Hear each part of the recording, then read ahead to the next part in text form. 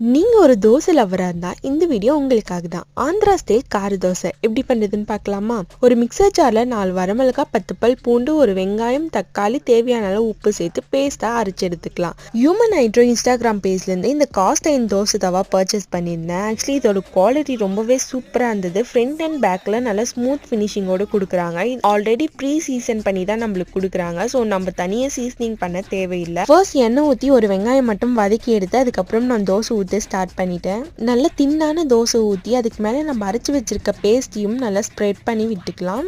அதுக்கு மேலே கொஞ்சமாக ஆயில் சேர்த்து நல்லா முருகலாக வந்த பிறகு எடுத்தோம்னா நம்மளோட கார தோசை ரெடி ஆகிடும். இந்த ஒரு காஸ்டைன் தோசை தவா நீங்கள் வாங்கி வச்சிட்டிங்கன்னா உங்கள் விருப்பத்துக்கு ஏற்ற மாதிரி தின்னா, திக்கா, முருகலா எப்படி ஆசைப்படுறீங்களோ அப்படி நீங்கள் தோசை சுடலாம். ஏன்னா தோசை இதில் சூப்பராக வரும். காஸ்டைன் உடம்புக்கும் ரொம்ப ஹெல்த்தின்றதுனால நீங்கள் தாராளமாக வாங்கி யூஸ் பண்ணலாம். ஏன்னா இவங்க பேஜில் ப்ரைஸும் ரொம்பவே அஃபோர்டபுளாக இருக்குது. லிங்க் பயோவில் கொடுக்குறேன், செக் பண்ணி